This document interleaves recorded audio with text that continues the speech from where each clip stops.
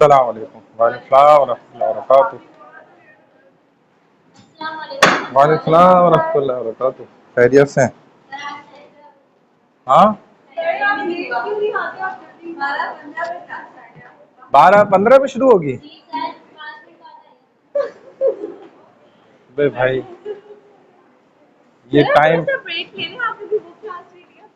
कुछ नहीं होता। मुझे ब्रेक, पानी ब्रेक दे दिया था बीच में 20 मिनट, तो बस उसमें पानी शानी सब पी लिया। चलो पानी और पी के आ जाते हैं जी। बिस्मिल्लाहिर्रहमानिर्रहीम। अब्दुर्रहमान हयात खान, आयशा सना, आयशा सना पे हमारा शेख है आमना राशिद, अनमोल, अनोद कादरी, अनोद कादरी हैं, अरीज खान, अरीशा सुहेल, अशना असलम, बख्तावत, दुआ मुस्लिम, ईमान मुस्फिरा, इशाल, ये सुनी सारा है, सुनेसरा, सुनेसरा, फरा सिद्दीकी, फायहा, फायहा जिया, हादिया नरमीन, हमना शुएब, हानी गजनफर, हुदा अनीस, लाइबा, लाइबा तैमूरी, मानूर, माहिन जुल्फ़िकार, माहिदा खान, मरियम खुर्शीद, महमूना ईमान राव, महक, महक का है, मुनीरा, नेहा राशिद, राबिया फ़हीम, नहीं है राबिया फ़हीम, रीमा नाज, रोहम रेहान, रुमैसा, सादिना, रुमैसा है, सफ़ा उमर, सफ़ा उमर का है,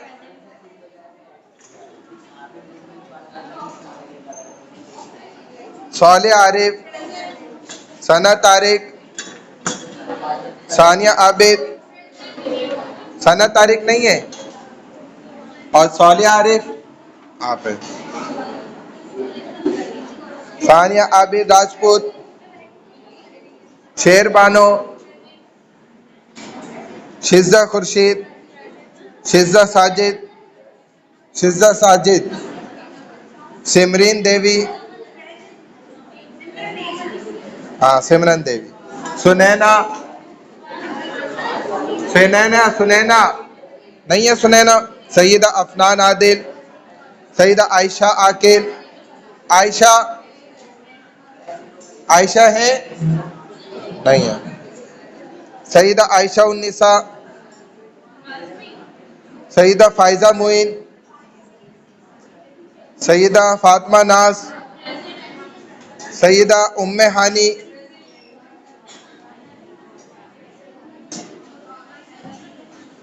उमैमा मलिक, ये क्या है,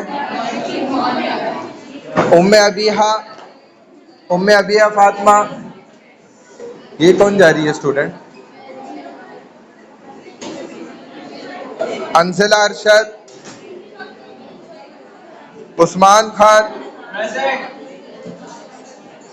वजिया वाहिद अली, वानिया सलमान,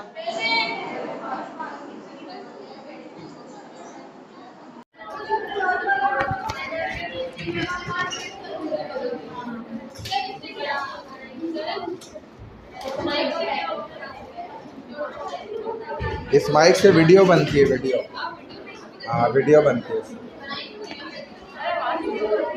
अल्लाह की बंदी, माइक से क्या होता है? ये कोई सवाल करने वाला सवाल है? इससे जैसे हम ये अटेंडेंस लेते हैं ना, तो ये रिकॉर्ड हो गया, फिर वो बच्चियां कहती हैं हम तो क्लास में थे, तो फिर कैसे नहीं लगी आपकी अटेंडेंस, और रिकॉर्डेड हमारे लेक्चर होता है ना, उसको हम अपलोड कर देते हैं आपकी आसानी के लिए। हाँ माजरत से मैं आपका इंतज़ार नहीं कर सका। अच्छा चलो बहुत शुक्रिया, अभी बैठ जाओ, एंड में आप लगाऊंगा, लग जाएगी, मैं मना थोड़ी कर रहा हूँ।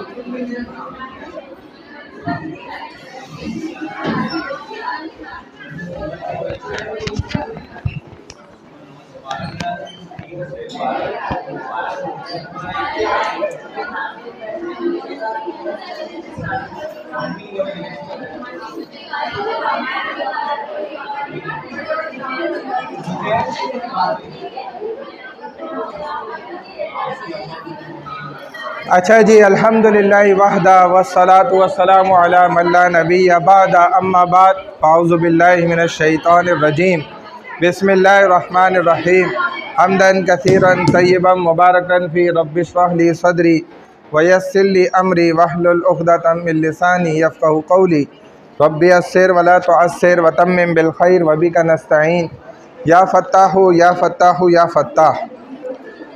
अच्छा जी, जो स्टूडेंट्स हैं ये बिल्कुल पीछे क्यों आके बैठ जाते हैं, आगे क्यों नहीं बैठते? आगे रोज़ सारी खाली पड़ी में आप लोग आके इतना पीछे बैठ जाते हैं। यहाँ से स्टूडेंट्स आगे जाना शुरू करें, वो पहली रो में जाएं, लास्ट वाली रो के स्टूडेंट उठते हैं, यहाँ से आगे जाएं वो सारे, ये इस रो के खड़े हो जाएं, ये सेकंड रो में चली जाएं, ये वाली लड़कियाँ खड़ी हो जाएं यहाँ से, ये सेकंड रो में यहाँ जाएं, जल्दी जल्दी उठे, उस्ताद की बात मानते हैं आप लोग इतना। हाँ, वहाँ भी आ रही है हवा, वो भी ऑन है। फर्स्ट रो में जाएं। हाँ, आप पहले मेरी बात तो सुन लें, फिर अटेंडेंस भी हो जाएगी, सब हो जाएगा, जल्दी करें। सेकंड रो में जाएं, ये जहाँ तक पंखा है वहाँ तक चले जाएं।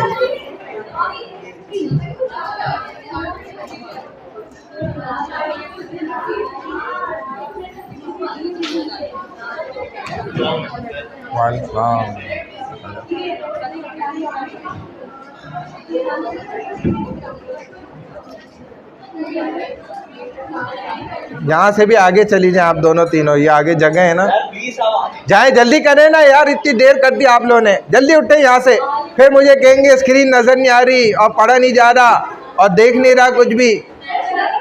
जल्दी करें, आगे जाए, जल्दी आगे जाए, आगे जहाँ भी जगह उधर जाए, इधर जाए, 2-3 जगह, ये भी नहीं सामने, जल्दी जाए। फिर मुझे कोई स्टूडेंट ये ना कहे मुझे नज़र नहीं आ रहा बोर्ड, कोई ये ना बोले मुझे।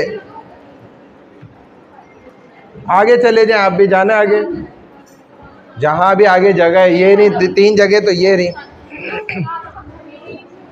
तुम पीछे आ जाओ, इनको जगह दे दो। बात सुनो, आप पीछे आ जाओ, बात सुनो, आप पीछे आ जाओ, इनको जगह दो, आगे जाओ, आ जाओ, इधर बैठो। सर मैं ऐसे समझ नहीं, इधर आ जाओ, ये किसने यहाँ फेंका हुआ है? जल्दी से आओ, आगे आ जाओ तीनों, ये एक सीट दे दो इनको, 3 बैठ जाएंगे, वो एक की वजह से 3 नहीं आगे आ रहे।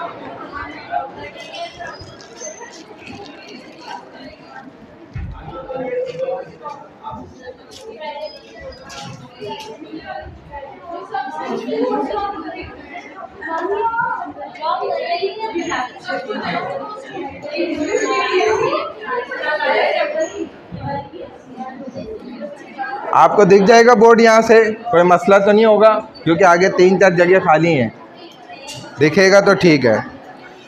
अच्छा जी, बिस्मिल्लाहिर्रहमानिर्रहीम। हम आ गए थे, हम बात कर रहे थे colonial roots to independence part 2 पर, यानी कि मैंने आपको इसकी तमाम डिटेल्स बतलाई थी, शायद आपको याद हो, बोला हुआ ज़माना।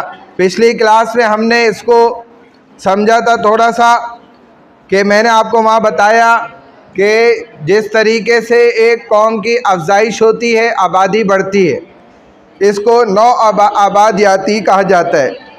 उसकी रूट्स यानी कि जड़ें, और इसी तरह आज़ादी तक जो मुसलमानों की जद्दोजहद चली, जो स्ट्रगल्स की उन्होंने, उस पर मैंने आपको यहाँ पर चंद पॉइंट्स बतलाए थे कि उसके अंडर हम बात कर रहे हैं, उसके मातहत, जिसमें मैंने आपको चंद जहन नशीन रखने के लिए पॉइंट्स बतलाए थे। और उनकी स्लाइड्स भी आपको दे दी थी। इससे जो पिछली प्रीवियस हमारी स्लाइड्स थी उसके अंदर आपको बताया था कि ये एक आज़ादी तक का सफ़र था जो कि बड़ा लंबा चौड़ा तवील सफ़र था, लॉन्ग टर्म। इसमें बड़ी जद्दोजहद मुसलमानों ने की और ये जो अरसा था, जो ये एरा टाइम पीरियड था 1857 टू 1947 तक का, जंग आज़ादी से लेकर और तमाम अहम वाक़यात और तब्दीलियों के साथ साथ 1947 तक की इंडिपेंडेंस डे तक, मुसलमानों की आज़ादी के दिन तक का जो एक तारीख़ी पस मंज़र था उसको आपको बतलाया था।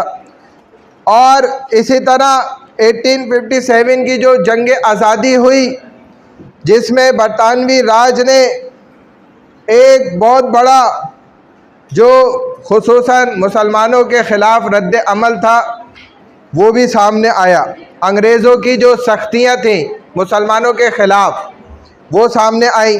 अभी ये मैं पॉइंट्स आप लोग से पूछूंगा, ये बातें जो कर रहे हैं ना स्टूडेंट, आपको इसीलिए मैंने कहा था पीछे आओ, आप बातें कर रहे हो ना, वही वजह बन रही है ना। देखो इसी तरह हाँ, एजुकेशन और प्रोफेशनलिज्म लाइफ के अंदर भी मुसलमानों के लिए जो अंग्रेज़ों ने चेंजिंग कर दी थी, तब्दीलियाँ कर दी, यानी कि मुसलमान तालीम से भी दूर रह गए और इसी तरह प्रोफेशनल ग्राउंड में भी मुसलमानों को पीछे हटा दिया गया। तीसरे नंबर पे मुसलमानों की जो मकामी ज़बान थी उर्दू, उसको भी बहुत पीछे किया गया, हत्ता कि ऑफिशियली लैंग्वेज भी उर्दू फ़ारसी जो मुसलमानों के यहाँ बोली जाती थी। आप जानते हैं फ़ारिस और रोम की बड़ी दो ताकतें थी। फ़ारिस वाले फ़ारसी बोलते थे और रोम के रहने वाले रूमी थे, रूमी ज़बान कहते थे। और ये पूरी दुनिया पर इन्हीं दोनों की सुपर पावर और ताकत थी जिसकी बुनियाद पर ये इनका पूरा होल्ड था, सिवाय दो शहरों के, मक्का और मदीना। बहरहाल अंग्रेज़ों ने हिंदुओं को और मुसलमानों को आपस में तकसीम किया। ये एक उनकी क्या थी, एक लॉबी थी जिसके तहत वो ये चाहते थे कि अंग्रेज़ राज जो है ये ख़त्म ना हो। फिर इसी तरह उर्दू ज़बान उस दौर में एक आज़ादी की जद्दोजहद के लिए इसने बहुत बड़ा अमल किया ज़बान ने मुसलमानों की।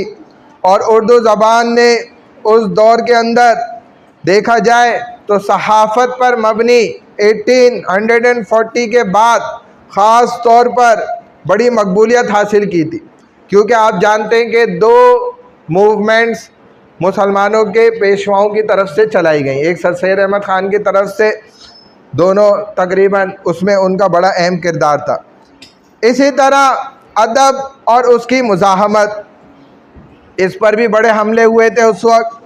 और मुसलमानों को बेदार करने के लिए सर सैयद अहमद ख़ान ने एक अलहदा वतन के ऊपर भी ज़ोर दिया, यानी कि टू नेशन थ्योरी, दो कौमी नज़रिया, ये तीसरा उनका एक मूवमेंट थी जो उन्होंने शुरू करी।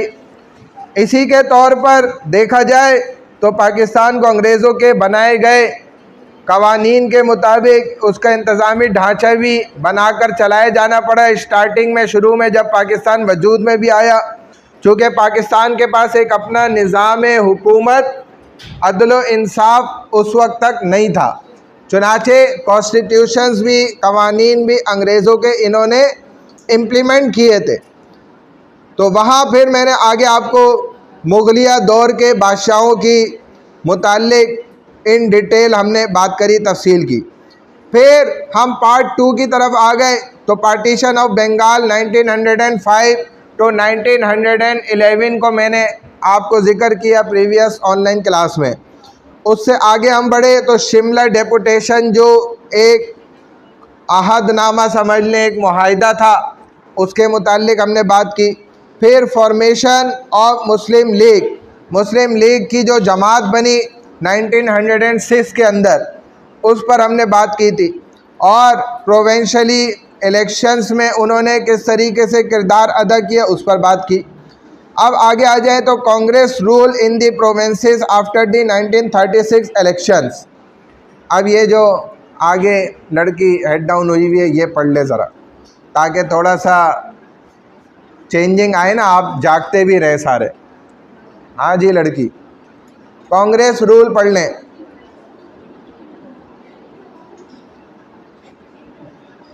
आवाज़ नहीं आ रही?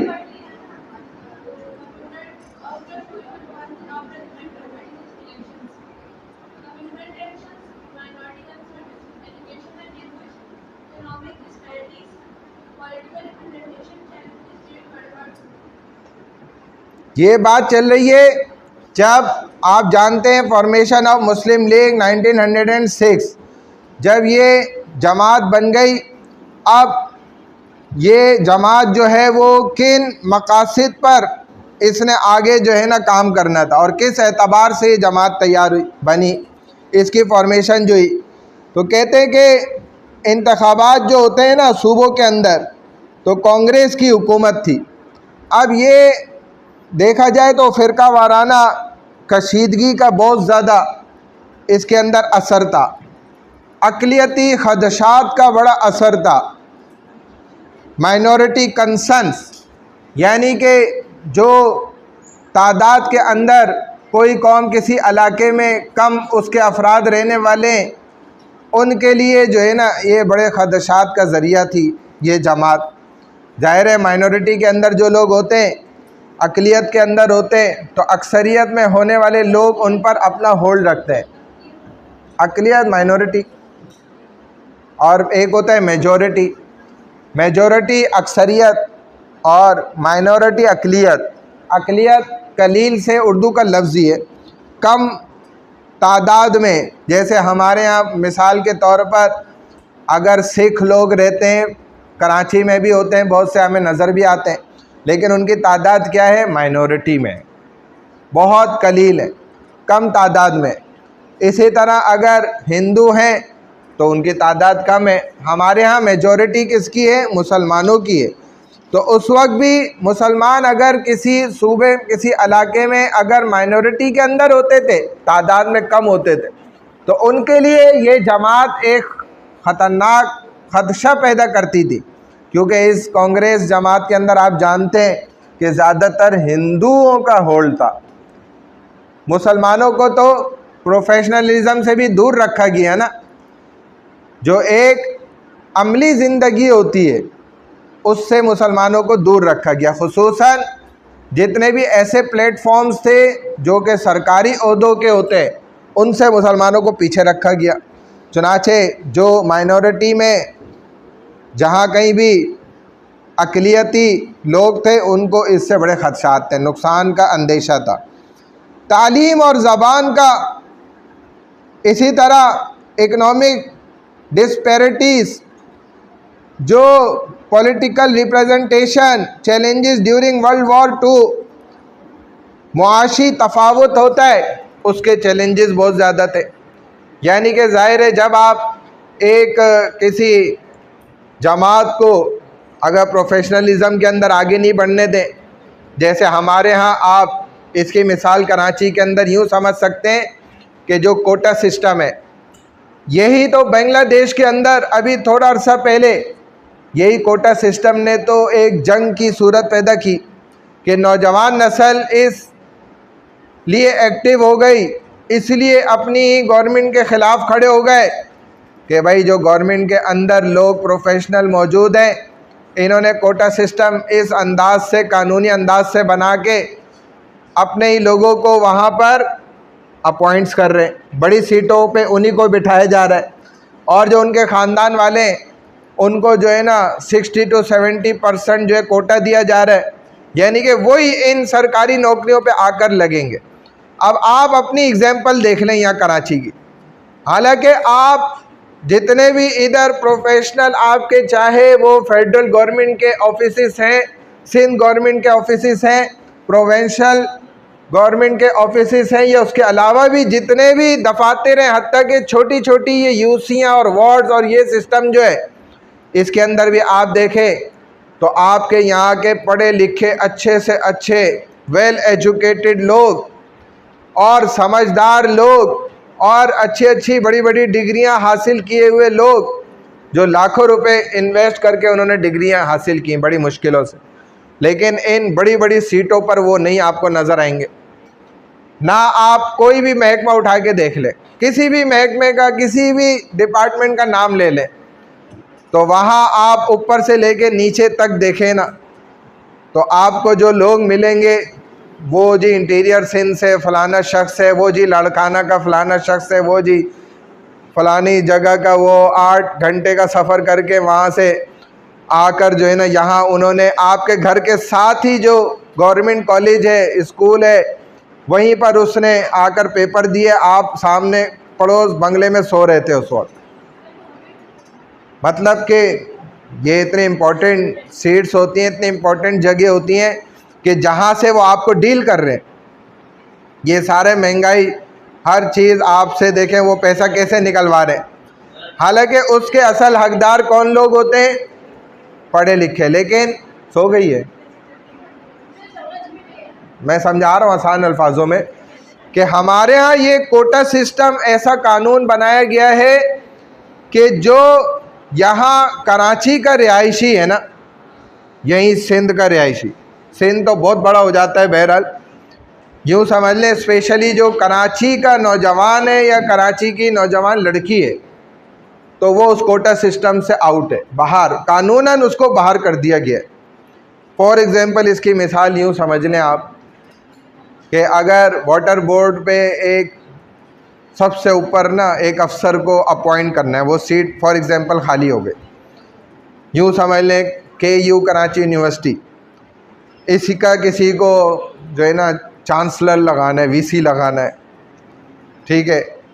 तो अब क्या है जी, उसके लिए जो रिक्वायरमेंट्स है ना, उस रिक्वायरमेंट से आप और मैं बाहर हैं, कानूनन हम उसमें मतलब एलिजिबल ही नहीं है कि हम उस क्राइटेरिया में ही नहीं आते कानूनन कि हम उस पर अप्लाई कर सकें।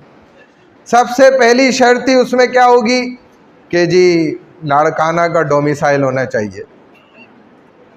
जी कहाँ का? वो जी वो जाकर ना वो नहीं, अभी हमें एक नाम पता चला, करोड़पत्ता, ये भी एक बड़ा इलाका है भाई पाकिस्तान के अंदर ही, करोड़पत्ता, वहाँ का आपका डोमिसाइल हो तो ये कहलाता है कोटा सिस्टम। तो अब आपका डोमिसाइल किधर का बना हुआ है? कराची का। जी कराची वाले स्पेशली ये अप्लाई नहीं कर सकते। अब अगर वो आपने मिसाल के तौर पे वहाँ का 2 नंबरी करके ना अगर डोमिसाइल बना भी लिया, फिर दूसरे नंबर पे आप सारी शराइत पूरी करने के बाद भी आपको पर्ची सिस्टम में आना पड़ेगा, वो रिश्वत के सिस्टम में आना पड़ेगा। इसीलिए आप देखें कि जो लोग आके हमारे ऊपर बैठ जाते हैं माशाल्लाह यहीं, और कराची को पूरा कंट्रोल करते हैं, और हम रोते रहते हैं, चीखते रहते हैं, लेकिन उस सिस्टम को हम सही करना, हमें वो सिस्टम ही नहीं आज समझ आ रहा, ना हम समझने की कोशिश कर रहे हैं, तो हम समझ सिस्टम को ठीक कैसे करेंगे जो सिस्टम हमारी अक्ल में ही पहले नहीं आ रहा।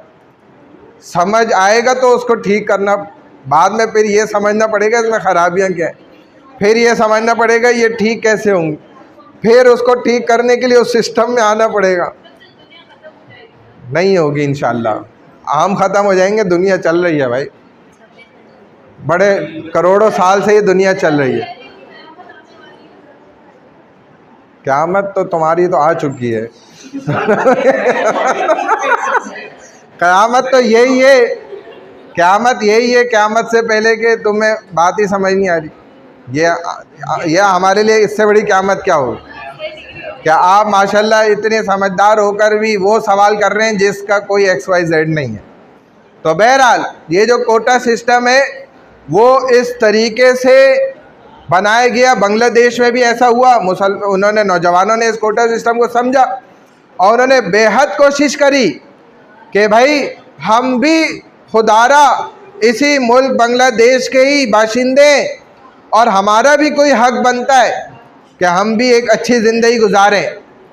फिर आपको दूसरी बात ये समझा दी सिखा दी जाती है कि भाई अगर आप इस तरीके की नौकरियों पे लग भी जाएंगे तो यकीन करें कि यहाँ पर इतनी वो सैलरियाँ नहीं आपको मिलेंगी, इतना पैसा आपको नहीं मिलेगा जितना प्राइवेट नौकरी करने में आपको मिल जाएगा, जितना बिज़नेस करने से आपको मिल जाएगा। लेकिन आपकी इत्तला के लिए अर्ज़ है कि भाई इससे अच्छा बिज़नेस और इससे अच्छी पूरे पाकिस्तान में कोई नौकरी नहीं है। कि सियासत के अंदर अगर बंदा दाखिल हो जाए, जिधर मैट्रिक भी शर्त नहीं है। हमारे अक्सर लोग आप देखें ना, महकमों के जो बड़े, ये जाली डिग्रियां लेके माशाल्लाह लगे हुए, और ये बड़े बड़े बिजनेसमैनों से बड़ा बड़ा काम कर रहे हैं। तो बहरहाल ये जो कोटा सिस्टम होता है ना, ये उस वक्त से ही ये कानून चला आ रहा है। ये अंग्रेज़ का कानून है, और मुसलमान का कानून चूँकि नहीं है, इसलिए मुसलमान हमेशा इसी तरीके से इस कानून के तहत रहकर फंसे रहे।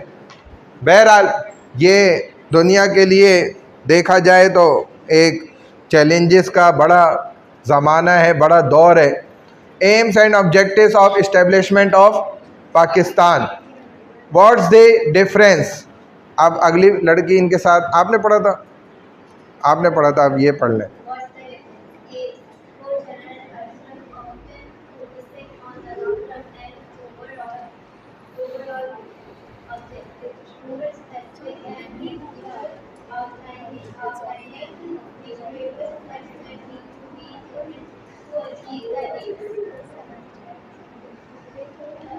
हाँ जी, एम्स क्या होते हैं और ऑब्जेक्टिव क्या होते हैं, इसमें डिफरेंस क्या है? क्या कोई बता सकता है difference between AIIMS and objectives? एक हमारा होता है मकसद, और एक होता है नुक्ते नज़र। एक हम जो सोचते हैं, ख्याल करते हैं, और एक चीज़ जो हम अचीव करना चाहते हैं, हमारा वो ऑब्जेक्टिव होता है, हमारा वो मकसद होता है कि हमने ये चीज़ हासिल करनी है। तो पहले इसकी डेफिनेशन को समझ लें ताकि आपको समझ में आए आगे चीज़ें। मजमूई तौर पे देखा जाए ना, तो इंसान का एक पॉइंट ऑफ व्यू होता है जिसको नुक्ते नज़र भी कहा जा सकता है। इंसान उसको हासिल करने के लिए सबसे पहले इरादा करता है, और फिर उस इरादा करने के बाद उन चीज़ों को जमा करता है, इकट्ठा करता है, जिससे उसने अपना मकसद हासिल करना हो। जैसे मिसाल के तौर पर, जैसे आपने सोचा कि भाई मुझे इल्म हासिल करना है, मुझे तालीम एजुकेशन लेनी है, तो ये आपने एक इरादा कर लिया या आपको इरादा करवाया गया, ठीक है, आपके घर वालों की तरफ से, माशरे की तरफ से, इर्द गिर्द तमाम रेफरेंसेस की तरफ से कि बेटा तुमने पढ़ना है, लिखना है, बड़ा इंसान बनना है। तो ये एक आपको नुक्ता नज़र, एक एम ऑफ लाइफ आपको समझा दिया गया, ठीक है। भले आपने खुद समझना चाहा, नहीं समझना चाहा, इस पे हम बहस नहीं कर रहे। हम सिर्फ इतनी बात समझ रहे हैं कि हमारा मकसद जो हमें सिखा दिया गया वो क्या है कि भाई हमने एजुकेशन सीखनी है, हमने तालीम सीखनी है, हमने पढ़ना लिखना है, हमने बड़ा आदमी बनना है। और ख़वातीन पता नहीं क्या बोलती होंगी, हमने बड़ी औरत बनना है या क्या बोलती हैं, मुझे नहीं पता, वो उनको ही पता हो। अच्छी खातून बनना, ये अल्फाज सही है। अच्छा, फिर इसके बाद उन्होंने अगला मकसद क्या, उसको अचीव करने के लिए, हासिल करने के लिए, ज़ाहिर है उन्होंने फिर अपनी एजुकेशन के लिए जो ऑब्जेक्टिव उसको हासिल करने के लिए वो रिसोर्सेज यूज़ कर सकते हैं वो इस्तेमाल करें। जैसे अब भी माशाल्लाह वो कंटिन्यूसली आप एक एजुकेशन इदारे में बैठे हुए और कुछ सीखने के लिए आए, ठीक है। भले कुछ बच्चियां बातें कर रही हैं, माहौल ख़राब कर रही हैं, लेकिन फिर भी वो भी आई बैठी इसीलिए ही हैं कि काश वो भी कुछ सीख लें। तो ये असल एक इरादा करने में और अपने मकसद को हासिल करने में बड़ा ज़मीन आसमान का फ़र्क है। इरादा तो इंसान कर लेता है, बहुत से इरादे करता है, लेकिन उसको हासिल करने के जो सही तरीके हैं ना, वो तरीका हर एक सही तौर पे नहीं अपनाता। क्योंकि बाज़ स्टूडेंट्स को आप देखेंगे तो वो अपनी चूँकि फ़ीस भी खुद जमा कराते हैं, माशाल्लाह, खुद जॉब कर रहे होते हैं, खुद कमाते हैं, उनका पढ़ने का स्टाइल ही अलग होता है। वो हमें एक सेकंड में समझ आ जाता है स्टूडेंट। वो बड़ी संजीदगी से क्लास लेंगे, बड़ी संजीद पंक्चुअलिटी के साथ आएंगे, वक्त पूरा देंगे, समझने की कोशिश करेंगे, और उनके अंदर बड़े जज्बात होंगे। और हमारे ही इकरा में ऐसे भी माशाल्लाह स्टूडेंट हैं कि उनके वालिद क्या हैं, किसान हैं, ज़मीन में हल चलाते हैं, सुबह 4 बजे शुरू करते हैं और जी वो दिन का सारा वक्त निकल जाता है 5 बज जाते हैं, जब अंधेरा होने लगता है तब वो छोड़ते हैं। इतनी इस कदर मेहनत करते हैं और माशाल्लाह उनकी औलादें इधर फेल हो जाती, पढ़ के ही नहीं देते। तो ऑब्जेक्टिव हासिल करने के लिए आपको फिर पॉजिटिव सोर्सेस को जो है ना बरोकार लाना पड़ता है, फिर उन पे आपको अमल करके दिखाना पड़ता है कि भाई वाकई में मैं तालिब इल्म हूँ, स्टूडेंट हूँ और मैं वाकई पढ़ना चाहता हूँ, वक्त ज़ाया नहीं करना चाहता। तो उसी वक्त के एतबार से इस बात को सोच लें कि मुसलमानों ने सिर्फ एक पॉइंट ऑफ व्यू को नहीं सोचा, एम ऑफ लाइफ नहीं, सिर्फ मकसद कि हमें ये चीज़ हमने इरादा कर ली है एक सेपरेट नेशन का, बल्कि उसके लिए उस ऑब्जेक्ट को हासिल करने के लिए जो पॉजिटिव तमाम वेज थे, रास्ते थे, उनको भी उन्होंने इस्तेमाल किया। हाथ पे हाथ रख के हमारी तरह बैठे नहीं रहे कि जी ये सिस्टम खुद ही ठीक हो जाएगा, मैं बटन दबा दूंगा ऑटोमेटिक सही हो जाएगा सब, बल्कि उसके लिए उन्होंने खून भी बहाया, जानें भी दी और बहुत कुछ हुआ XYZ। ठीक है, अच्छा जी आगे आ जाए। नेक्स्ट स्टूडेंट कौन है? वाई स्टडी इनके साथ वाली।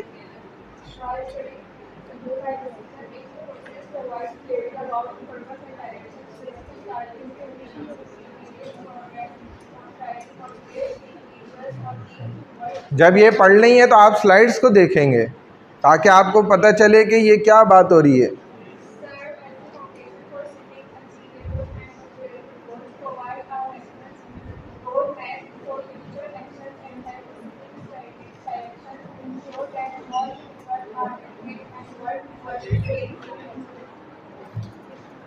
भाई किसी भी चीज़ का इल्म, तालीम, चाहे पाकिस्तान बनाने के लिए 2 नेशन थ्योरी, अगर उस वक्त मुसलमान ये कह देते भाई अल्लामा इकबाल साहब आप 2 नेशन थ्योरी बात तो कर रहे हैं, हमें नहीं समझ आ रहा क्या बात कर रहे हैं, क्या बात ये है, मुझे तो सिस्टम ही समझ नहीं आ रहा आपका, क्या सिस्टम की आप बात कर रहे हैं और क्यों कर रहे हैं? सही तो है, सुकून से हम हज़ारों साल से हिंदू मुस्लिम आपस में मेल जोल के साथ रह तो रहे, एक दूसरे के घर में आना जाना भी करते हैं, साथ उठना बैठना भी करते हैं, सारे मामला तो चल रहे। ठीक है, अगर शादियां नहीं करते आपस में मिलजुल के, एक बर्तन में खाना नहीं खाते और एक दूसरे की, अगर हम होली शोली में और हम आपकी ईद में अगर ऐसे बिल्कुल मिल के नहीं भी शामिल होते तो क्या फ़र्क पड़ता है? रहते तो साथ है ना, हमारा आपस का कोई तनाज़ा थोड़ी है। क्या आप अल्लामा इकबाल साहब, कायद आज़म साहब पीछे ही पड़ गए? क्या ये 2 नेशन थ्योरी और फिर वो जो है अलीगढ़ मूवमेंट, फिर उसके बाद जो है वो खिलाफत मूवमेंट, और एक के बाद एक आप लोगों को मरवाते जा रहे हैं, ये कौन सी सियासत आप कर रहे हैं? जैसे हम भी आज कहते हैं भाई जिहाद के नाम पे क्या मुजाहिदीन को शहीद करवाया जा रहा है, क्या उनको गज़ब भेजे रहे हैं और क्या क्यों कश्मीर और क्या ये सब चल रहा है। तो ये बातें सही हैं माजरत के साथ।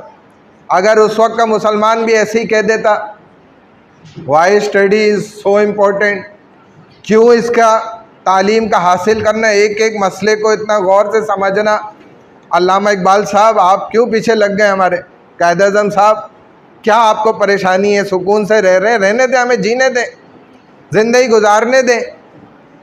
अगर ये भी उस वक्त इस सिस्टम को मुसलमान समझने से इनकार कर देते तो आप बताएं आज हम इस मुल्क पाकिस्तान जैसी रियासत में, जो आज़ादी की रियासत है हमारी, जैसी भी आज़ादी है, मैं उस पर बहस नहीं कर रहा, हम क्या इधर बैठे हुए होते फिर?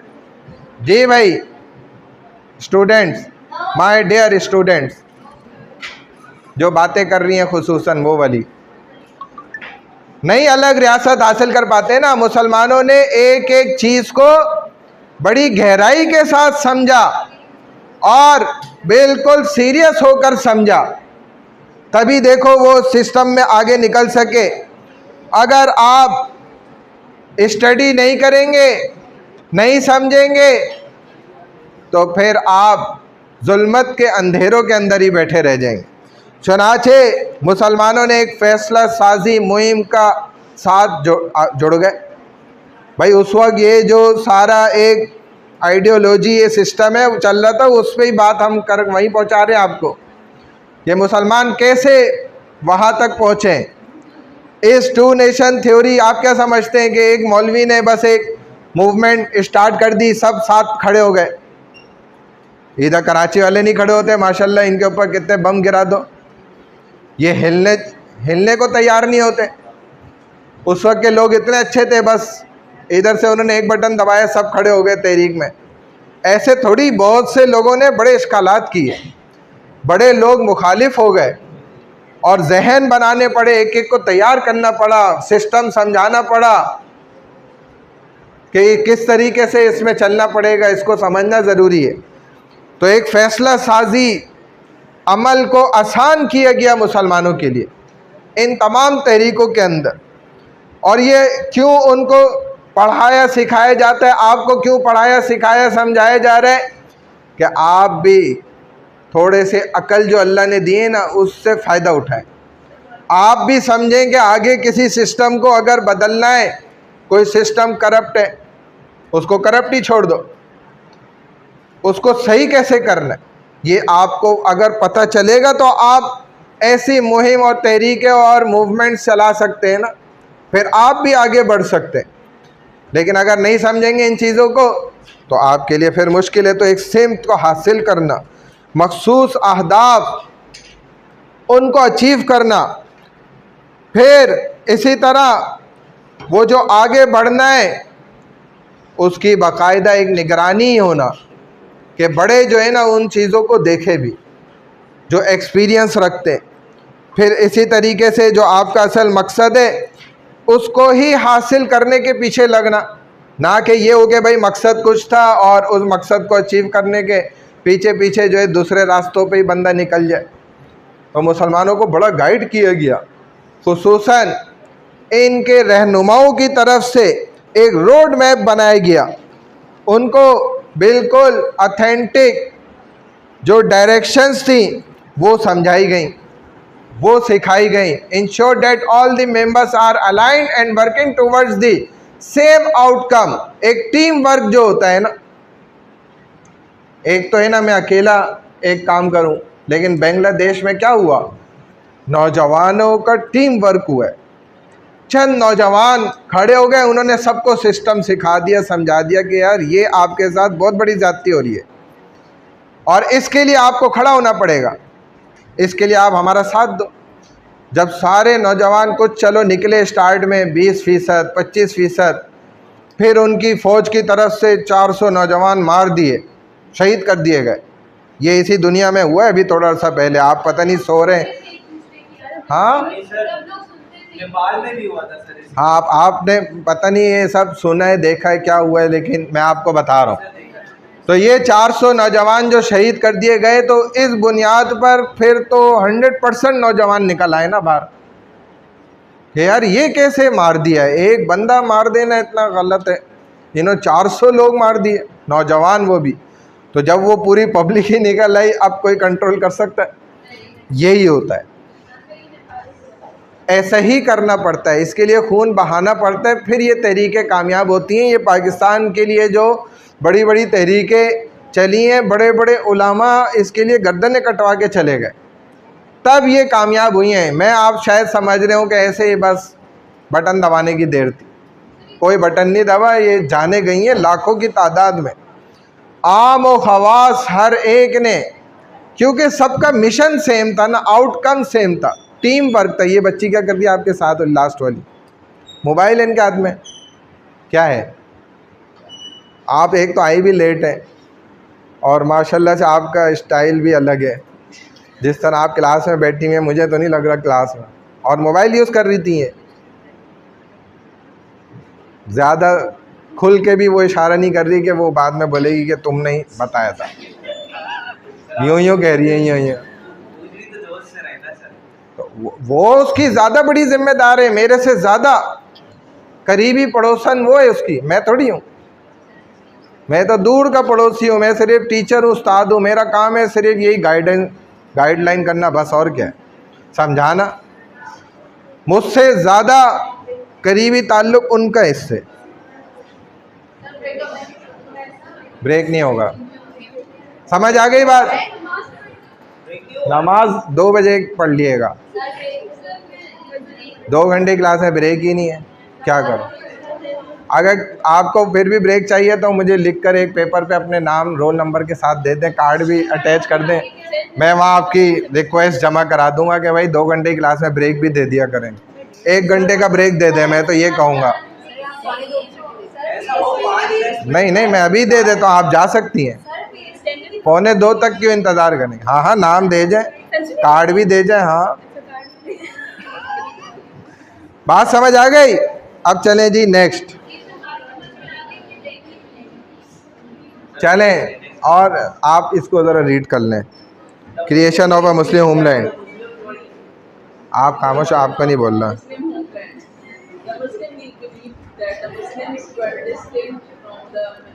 खामोश है।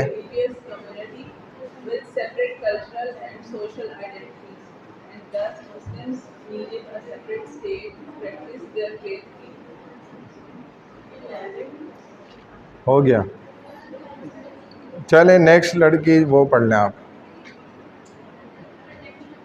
Protection of Muslim rights. The establishment of Pakistan was sought to ensure that Muslims would not be politically marginalized or discriminated against by the majority group. अच्छा,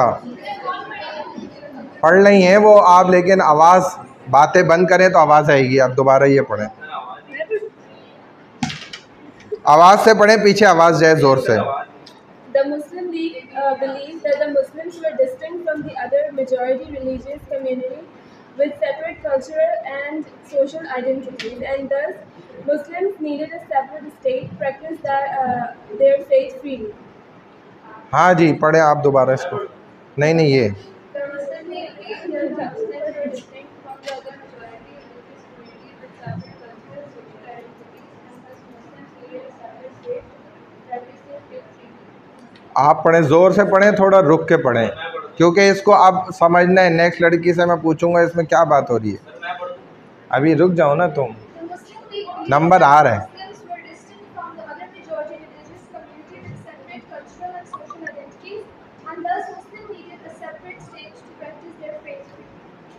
जी, कुछ समझ आया? पढ़ो, दोबारा पढ़ो ज़ोर से और आहिस्ता, रुक रुक के पढ़ो ज़रा। आप ही से कह रहा हूँ, समझ के पढ़ना है, आहिस्ता आहिस्ता पढ़ो, समझ के, आवाज़ लाउडली हो बस।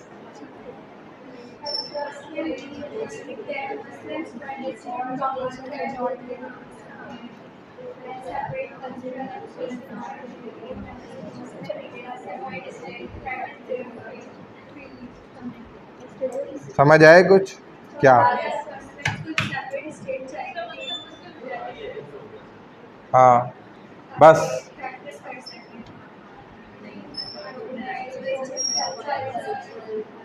चलो ठीक है। आपको क्या समझ आए? पढ़ो। टश्मा नहीं लाइन, टश्मा। तो तुम्हें आगे सबसे बैठना चाहिए था, यहाँ कुर्सी लगा के। सर में आगे बैठने, सर में दर्द हो रहा है और वहाँ बैठ के कुछ भी नहीं हो रहा। सही हो बिल्कुल, वाह माशाल्लाह, सही साइंस है, लॉजिक है भाई। चलो भाई, ये नेक्स्ट लड़की आप, यही स्लाइड यहाँ पढ़ें।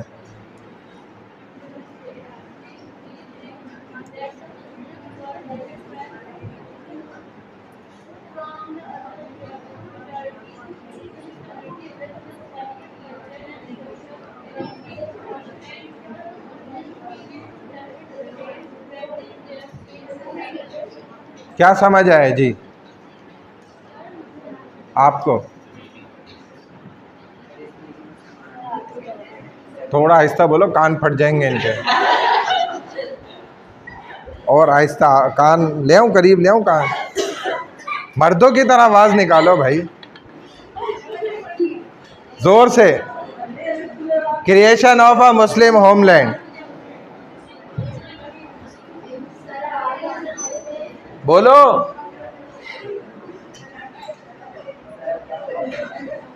अरे भाई ऐसे नहीं बोलो, ये तो समझाओ ना, इसमें क्या बोल रहे हैं, कुछ तो बताओ।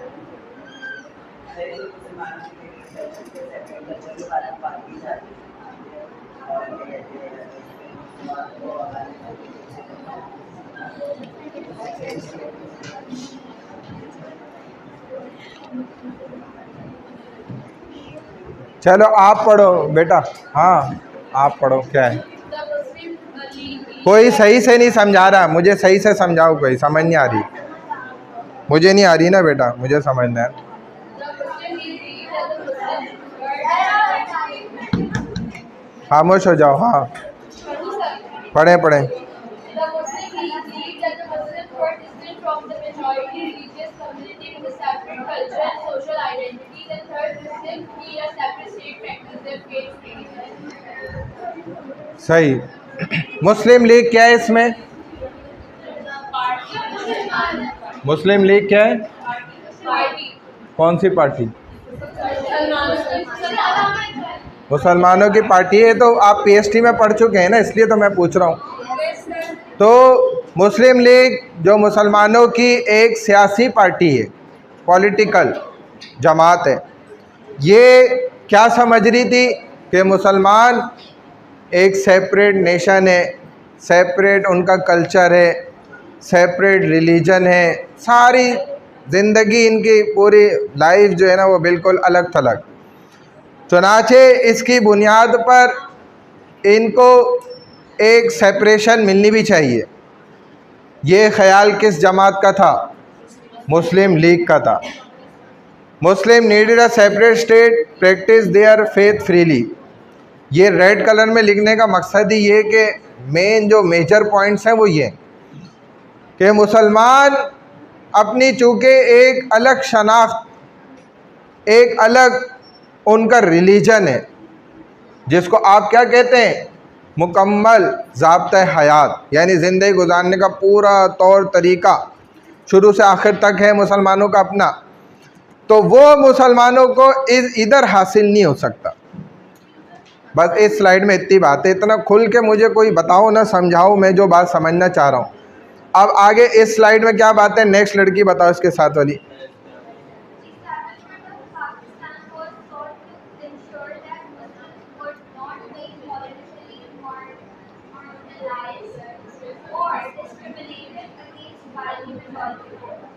हाँ इधर क्या आप समझा रहे हैं?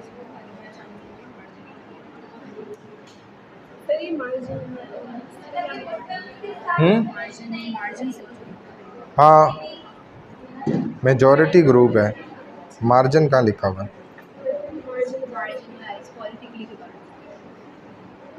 अच्छा मार्जिनलाइज्ड। हाँ क्या समझ आया इनके नेक्स्ट वाली लड़की? क्या आपको समझ आया?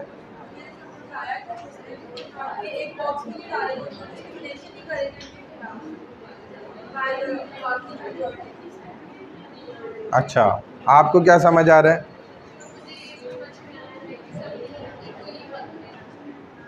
हर एक को अलग अलग हक दे दें।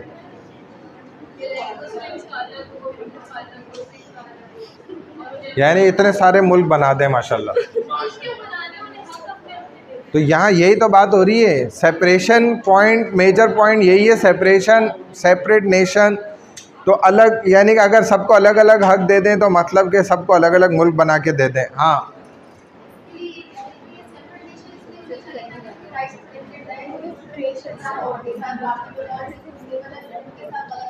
हाँ जो हमारे हुकूक है ना वो यहाँ पर महफूज नहीं है। ह्यूमन राइट्स जो आपने पढ़े होंगे माशाल्लाह, इस्लामिक स्टडीज़ में ही पढ़ा होगा, और भी मेरे ख्याल है वो ह्यूमन बिहेवियर कौन सा सब्जेक्ट है उसमें भी पढ़ाते हैं। तो उसमें क्या है कि जो इंसानों के हुकूक हैं वो पामाल ना हो, वो ख़राब ना हो, ख़त्म ना हो, वो ज़रूरी है। तो उसकी प्रोटेक्शन किस चीज़ के अंदर है भाई? सेपरेट नेशन के अंदर है। हाँ लड़की आपको क्या समझ है? आप उठें, इधर इधर आ जाए, आगे आ जाए, बातें नहीं ख़त्म कर, आगे आ जाए। हाँ जी आप बताएं क्या प्रोटेक्शन है इसके अंदर? इसकी अगली वाली लड़कियाँ आप आगे आ जाओ।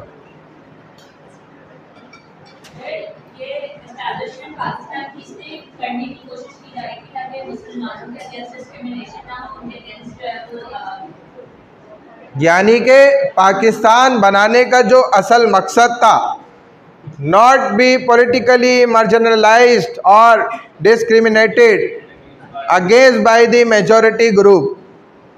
अगरचे अक्सरियत के अंदर हिंदू हों या मुसलमान हों, जो उनके तरीक़ों को ख़त्म कर रहे हैं, ज़ब्त कर रहे हैं, सलब कर रहे हैं, उससे मुसलमान बच जाए। एक अलहदा रियासत की इसलिए ज़रूरत थी, और ये प्रोटेक्शन विदाउट सेपरेशन हो नहीं सकती थी, उसके बग़ैर ये मुमकिन नहीं था। बात समझ आ रही है? जैसे देखें शरीयत में ये भी है ना एक मसला, इधर से ही चूँकि रिलेटेड है तो बता रहा हूँ, वरना इसकी ज़रूरत नहीं है, कि अगर ख़ातून भी ये कहे भाई मुझे सेपरेट होम चाहिए, अलग घर, तो शरीयत इस बात को मानती है, डिनाई नहीं करती है, ये उसका हक़ है कि वो 4 दीवारी अलग मांग लेती है, तो उसके शौहर के ज़िम्मे कि उसको भाई अलग सेपरेट दे, एक रूम कम अज़ कम, भले छोटा घर हो, 60 गज़ का ही घर क्यों ना हो, या एक कमरा ही क्यों ना हो, जिधर उसकी आज़ादी हो। तो ये शरीयत भी इस बात को यकीनी कहती है कि ये ज़रूरी है, उसका हक़ है, करके दे। बहरहाल आगे आ जाएं। यूनिटी एंड, ये किसका नंबर है इसके बाद? चलें भाई आप। हाँ, An essential aim was to unite Muslims under a common cause and create a nation with a shared sense of purpose and identity. The establishment of Pakistan aimed to foster a strong sense of unity and solidarity among Muslims. हाँ, क्या कुछ समझ आया? मतलब ये हुआ कि जो सर उनका एम था ना, मुस्लिम्स को यूनाइट करना था, वही एक नेशन बनाना था, क्योंकि उन लोगों की आइडेंटिटी और उन लोगों की थिंकिंग थॉट प्रोसेस जो था सबको मुस्लिम्स का सेम, और ये सर यही है कि उनका यही मकसद। हाँ जी, क्या समझ आ रहा है? यूनिटी पैदा करना उनमें, ठीक है। हाँ, क्या समझ आ रहा है?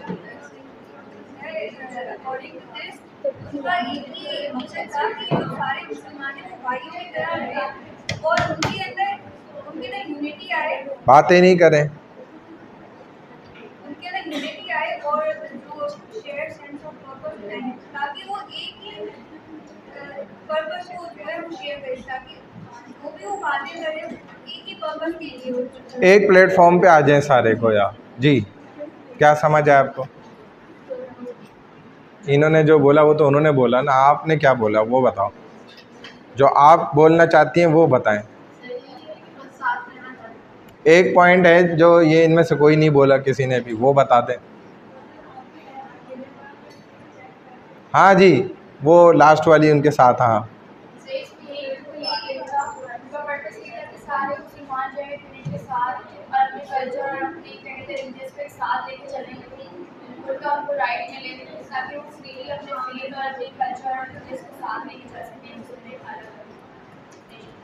यानी मुसलमानों का इत्तेहाद हो जाए और उनके अंदर यूनिटी पैदा हो जाए। इसी तरह मुसलमान जो एक मुश्तरका उनका आपस का मकसद है, तो उसी एक प्लेटफॉर्म पर मुसलमान इकट्ठे हो जाएं, जमा हो जाएं, ये इसका मकसद था। यानी कि दूसरे लफ्ज़ों में यूँ कहा जा सकता है कि मुस्लिम नेशन स्ट्रॉन्ग हो जाए और मज़बूत हो जाए, और अल्हम्दुलिल्लाह मज़बूत हो रही है अल्लाह के हुक्म से। अल्लाह पे यकीन रखते हुए हम मज़बूत हो सकते हैं। चलें भाई, अब वो लास्ट वाली लड़की, चूँकि बातें चल रही हैं तो वो मेरी बात ही नहीं सुन रही, दोनों आप दोनों को ही कह रहा हूँ जी, सुन नहीं तो पढ़े ना, फिर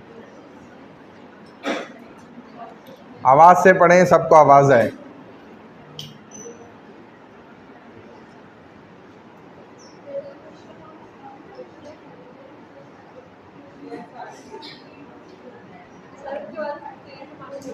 आवाज़ नहीं आ रही, आवाज़ नहीं आ रही भाई, इनको किसी बच्चे को आवाज़ नहीं आ रही, थोड़ा साउंड वॉल्यूम ऊपर करें।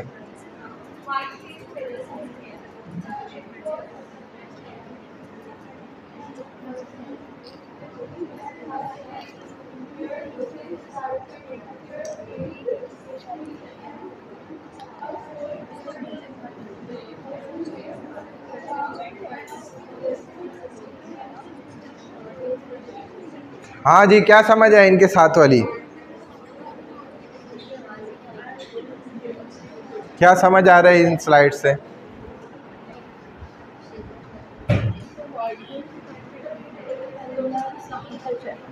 हाँ, पाकिस्तान के एस्टेब्लिशमेंट में इस्लामिक कल्चर हेरिटेज वैल्यूज को प्रमोट करने के लिए बनाया था ताकि मुस्लिम अपनी फेथ को फ्रीली और ट्रेडिशंस को फ्रीली वो कर सकें, प्रैक्टिस कर सकें। अच्छा, आगे आप लड़की को क्या समझ आ रहा है? हाँ भाई, आपको क्या समझ आ रहा है? क्या बात कह रहे हैं? प्रिजर्वेशन तहफ़्फ़ुज़ को कहा जाता है।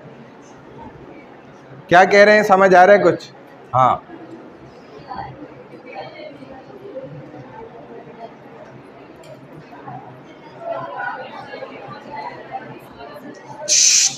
खामोश हो जाए। अच्छा, चले नेक्स्ट लड़की, आप बताएं क्या समझ आ रहा है?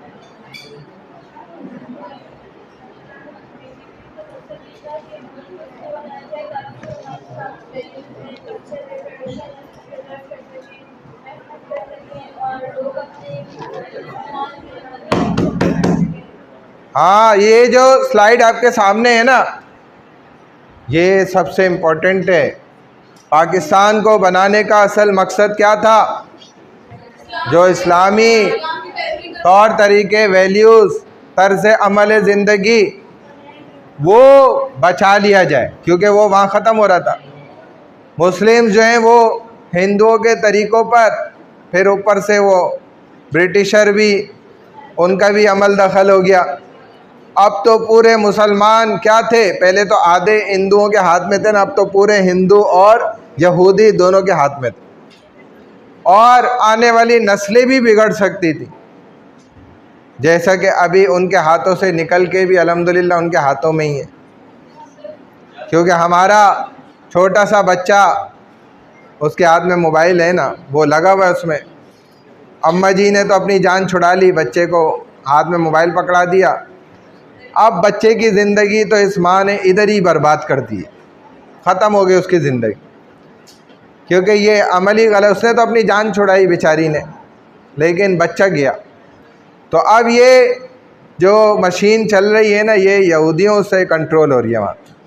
अब ये सारा इसका जहन, हर चीज़ बिल्कुल, ये जो हमारा सेंस ऑफ ह्यूमर है या फिर हमारे दीगर सेंसेस हैं, जो एक इंसान की काबिलियत होती है, वो हमारी मेंटलिटी आ गई है बिल्कुल ज़ीरो पर।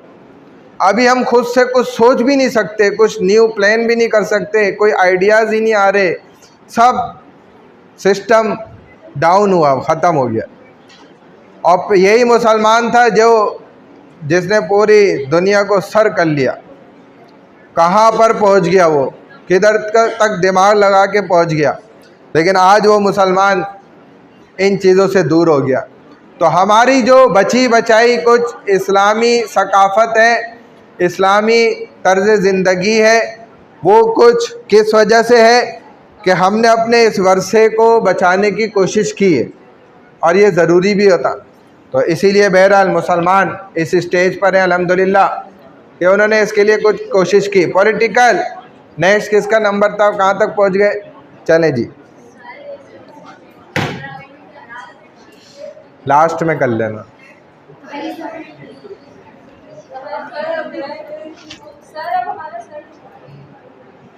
घूमना अच्छी बात है, फिर ही सही काम करेगा। सियासी खुद हुक्मरानी और खुद जिसको कहा जाता है मुख्तारी, क्या समझ आया इन स्लाइड से आपको? नेक्स्ट वाली लड़की बताओ, आपको क्या समझ आ रहा है? ऐसा लग रहा है कि मतलब किसी चीज़ को तोड़ा जा रहा है। पढ़ना क्यों पढ़ रहे हैं, वो अभी तो पढ़ा है उसने। हाँ जी बताओ, तो उसको बोलो ना, या मुझे बताओ कि आवाज़ नहीं आ रही। और वैसे मैं आपको बताऊं, जब आप कुछ बोल रहे होते हैं ना, तो ऑटोमेटिक आवाज़ नहीं आती। आवाज़ आने के लिए आपको चुप होना पड़ता है। कुरान ने यही तो कहा है। वइज़ा क़रअत फ़इज़ा क़रअतल क़ुरआन फ़स्तमिउ व अंसितू, और ख़ामोश रहो, गौर से सुनो और ख़ामोश रहो। जब कुरान पढ़ा जाए ख़ामोश रहो। क्यों कहा अल्लाह ने? क्योंकि अल्लाह जानते हैं ना बंदे को कि ये भी अगर अपना पढ़ेगा तो फिर सुन नहीं सकता, चाहे कितना कोशिश कर लें, आप कितने पहुँचे हुए हों, आप भी कुछ बोल रहे हैं और अगले की सुन भी लें।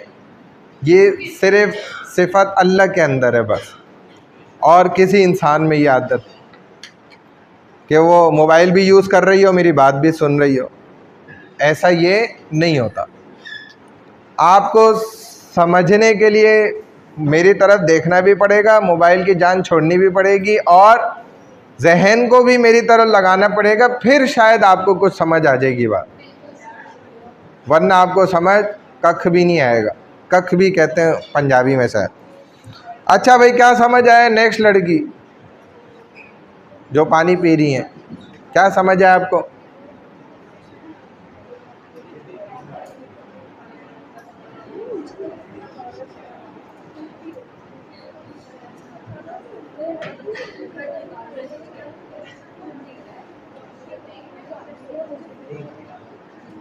हाँ जी, नहीं समझ आया कुछ भी?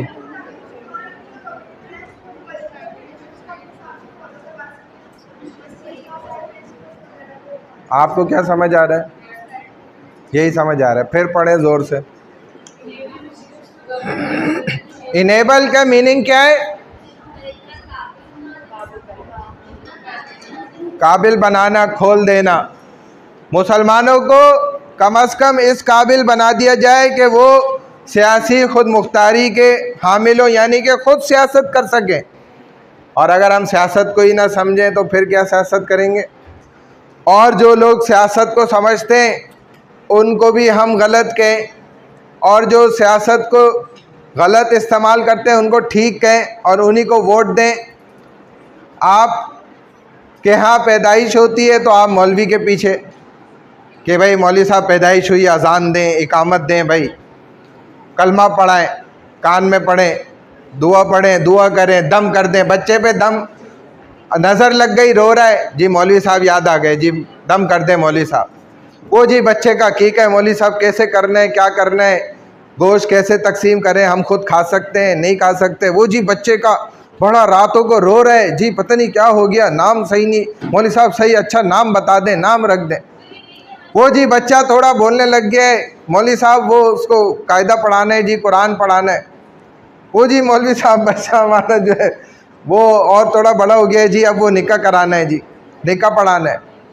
वो जी मौलवी साहब इंतकाल हो गया, जी जनाजा पढ़ाना है, कफन गुस्ल देना है, जी वो तदफीन करनी है। हर जगह मौलवी साहब याद है।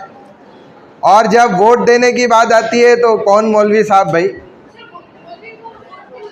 हाँ, यही तो मैं कह रहा हूँ कि दुनिया की हर चीज़ के अंदर तो मौलवी याद है, लेकिन एक सियासत है जिसमें मौलवी हमें भूल जाता है। उधर जाके उन लोगों को वोट देते हैं जो 75, 76, 77 साल से हमें मार रहे हैं, और आगे भी हम उनसे पिटते रहेंगे। हुजूर ने की है सल्लल्लाहु अलैहि वसल्लम। नहीं, यहाँ की वहाँ की आप छोड़ें भाई, अभी जैसी हो रही है ना हमारे मुल्क में यही है, उसी पर राज़ी हो जाए, उसी पर खुश हो जाए। अभी आप ये ना बोले मदीने वाली इधर आ जाएगी, छोड़ दें। हाँ, हुजूर के वक्त में भी थे सब, लेकिन बहुत सारे लोग होते हैं जो नहीं देखते, बहुत सारे और क्या नहीं देखते, वोट नहीं देंगे किसी मौलवी को, क्योंकि सियासत करना उनका काम भी नहीं है। मेरे पॉइंट नहीं, ऐसा नहीं है, ये हमारा गलत पॉइंट ऑफ व्यू है। उसकी वजह ये है कि आप जब देखेंगे ना तो पूरी दुनिया पर सबसे ज़्यादा हुक्मरानी का जो ज़माना टाइम पीरियड रहा है, तारीख़ आप पढ़ लें तो आपको पता चल जाएगा, सबसे बड़ी और ज़्यादा देर पा हुकूमत और राज जो किया मुसलमानों ने किया। वो इसी वजह से किया कि तब तक उनकी सोच सही थी, अपने पेशवाओं और उलमा खुसूसन नेक लोगों के मातहत वो चलते थे, उनकी बात मान के चलते थे। आज जब ये सोच हमारी बनाई गई है ना गलत, कि दीन और सियासत को अलग करने की कोशिश की, हालांकि हुजूर अलैहिस्सलाम ने क्या फरमाया कि उलमा मैं नबियों के वारिस हैं, मेरा वारिस भी कौन है? हुजूर अलैहिस्सलाम खुद फरमा रहे उलमा है, चाहे वो इस ज़माने के उलमा है, चाहे वो जितने गिरे पड़े हैं, लेकिन इल्म दीन उन्होंने ही संभाला है। चुनाचे वो सिर्फ दीन के इल्म के वारिस नहीं है, बल्कि हुजूर की सियासत के भी वारिस यही हैं। और अगर यही सियासत में आते हैं तो हम इनके ऊपर एतबार और एतमाद करने के बजाय हम वही दुनियादार लोगों पे एतमाद करके उनको वोट देते हैं जो पहले ही 77 साल से मुल्क का बेड़ा गर्क करके बैठे हुए, और आगे भी इंशाअल्लाह क़यामत तक उन्होंने प्लानिंग की हुई है कि हमने करना।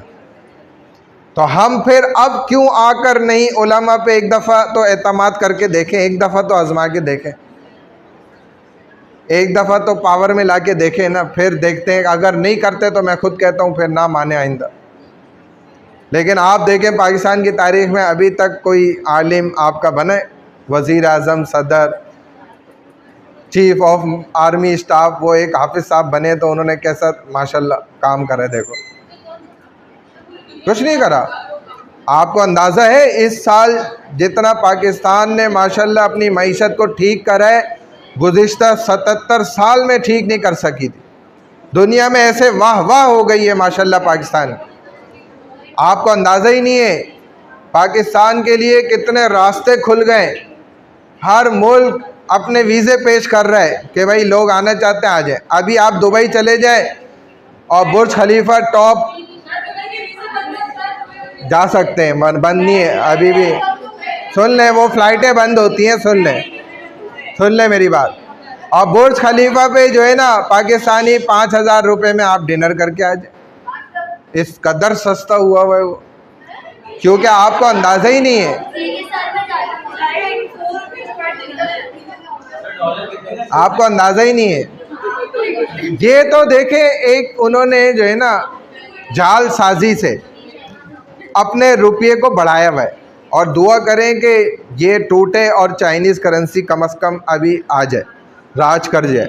और ये करीब है, वक्त बहुत करीब है, क्योंकि अमेरिका को अब अपनी जालसाजियों से चीज़ें टूटती नज़र आ भी नहीं। तो बहरहाल हमारे सामने मसला ये है कि हम सिर्फ पाकिस्तान की बुराइयां देखते हैं, अच्छाइयां नहीं देखते।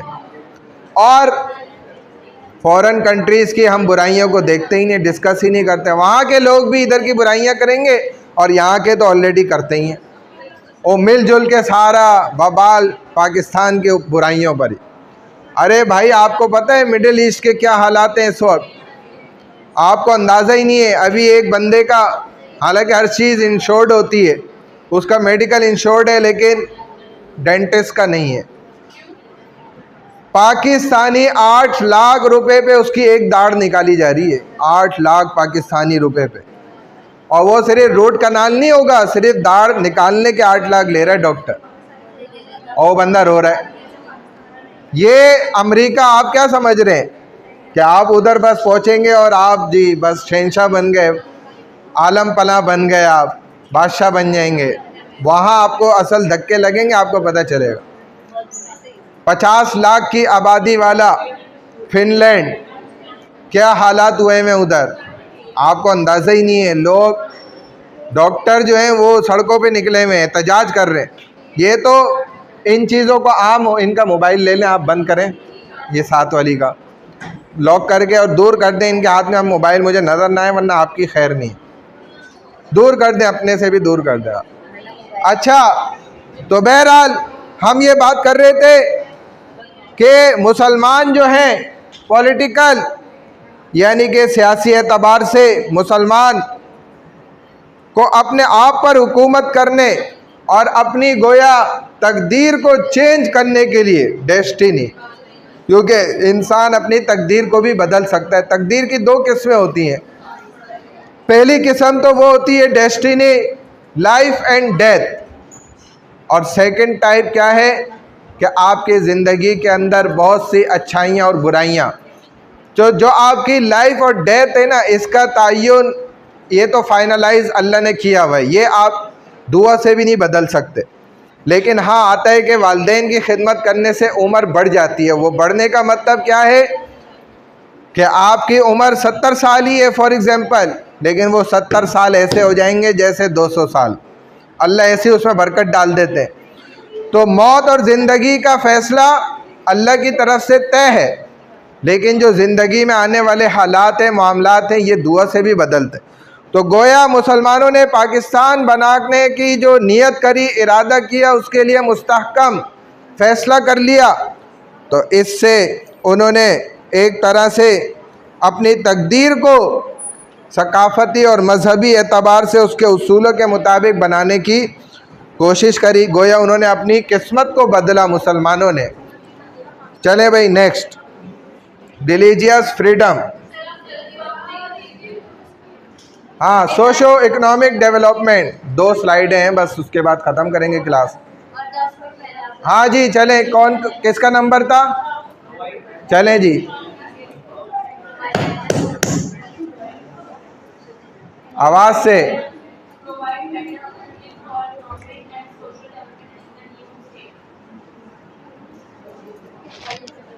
Provide better opportunities. हाँ जी, क्या मतलब है? नेक्स्ट लड़की,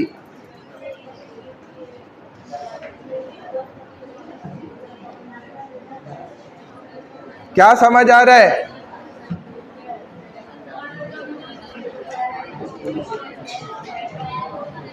न्यू स्टेट, क्या समझ आ रहा है?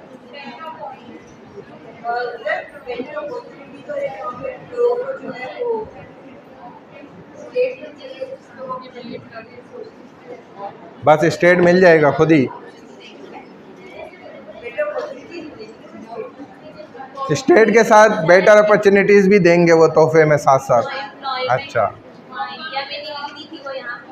आप बताएं। हाँ, अपनी एक सेपरेट नेशन होगी, अलग रियासत होगी, तो उससे सबसे बड़ा फ़ायदा क्या होगा? यही होगा ना जो यहाँ इन्होंने 2 फ़ायदे बताए और वो उनमें से एक भी नहीं बता रहे। पहला फ़ायदा ये होगा, हाँ क्या कह रहे हैं? दीन और इस्लाम पे तो चलेंगे ही, वो तो बात है ही। देखा जाए तो मुआशी और समाजी तरक्की भी करेंगे ना, सोशली डेवलपमेंट ये भी होगी। आगे चलें, रिलीजियस फ्रीडम। नेक्स्ट लड़की पढ़ें।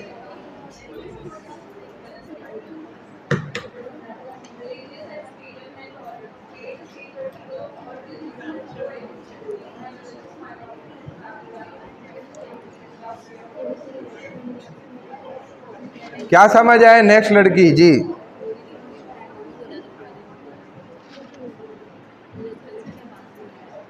भाई अगर एक सेपरेट नेशन होगी, अलग रियासत होगी, तो तमाम चाहे माइनॉरिटी या मेजॉरिटी अक्सरियत के लोग हों, अलग अलग डिफरेंट रिलीजन्स के लोग हों, अलग अलग मज़ाहिब के लोग हों, लेकिन वो एक साथ ज़िंदगी बसर कर सकते हैं, क्योंकि ये वन नेशन है, एक कौम है।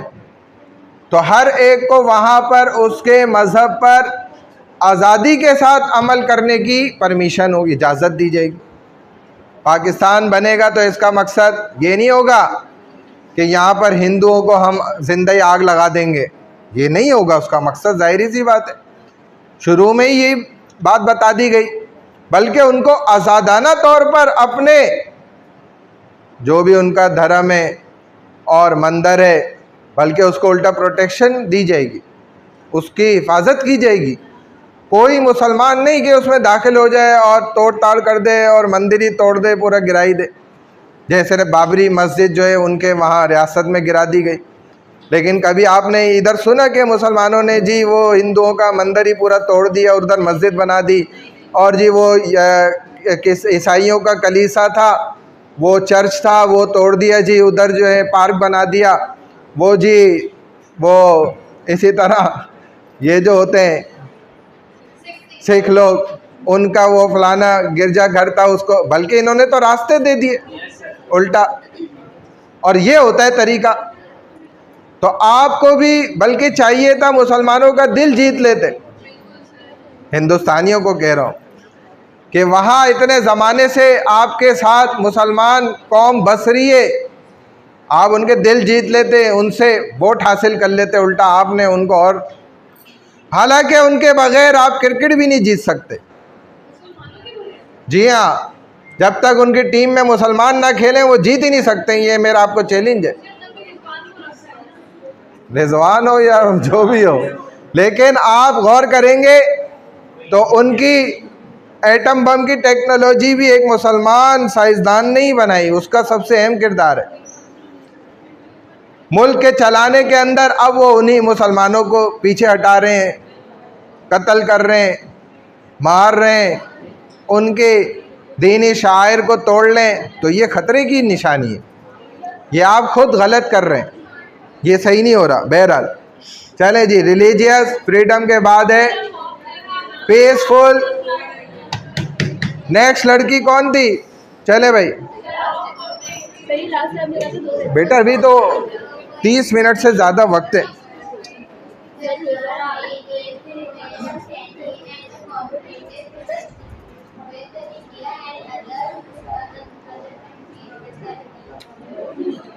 हाँ, सेपरेट नेशन के हासिल हो जाने के बाद जो हमारा ऑब्जेक्टिव है उसको अचीव कर लेने के बाद हमारा एक मकसद ये भी था कि इस्लाम तो खुद इस बात की तालीम देता है कि अपने पड़ोसी का आपने ख्याल करना, पड़ोसी को परेशान नहीं करना, बल्कि उससे अच्छे ताल्लुकात रखने। आपका पड़ोसी आपको जन्नत में ले जाने का ज़रिया बन सकता है और जहन्नुम में ले जाने का भी ज़रिया बन सकता है। और हुजूर अलैहिस्सलाम ने तो यहाँ तक फरमाया कि पड़ोसियों के हुकूक इस कदर जिब्राइल लेकर आते थे मेरे पास कि मुझे ऐसा लगता था कि जैसे इनका विरासत में भी हिस्सा हो जाएगा, यानी कि हमारी जायदाद में भी इनका हिस्सा बन जाएगा। और आपने फरमाया जी हाँ, जायदाद के अंदर। इसीलिए इस्लाम शरीयत में हक़ शुफ़ा भी है। आपने सुना कभी पहले हक़ शुफ़ा किसको कहते हैं? ओ लड़की, आप उठ जाएं वहाँ से, उठे जल्दी करें, इधर आए, मीटिंग ही नहीं ख़त्म हो रही, लाइव मीटिंग चल रही, यहाँ बैठ जाए आकर। हक़ शुफ़ा किसको कहते हैं? ये आपने मतलब खुद करा ही या खुद हो गया ये?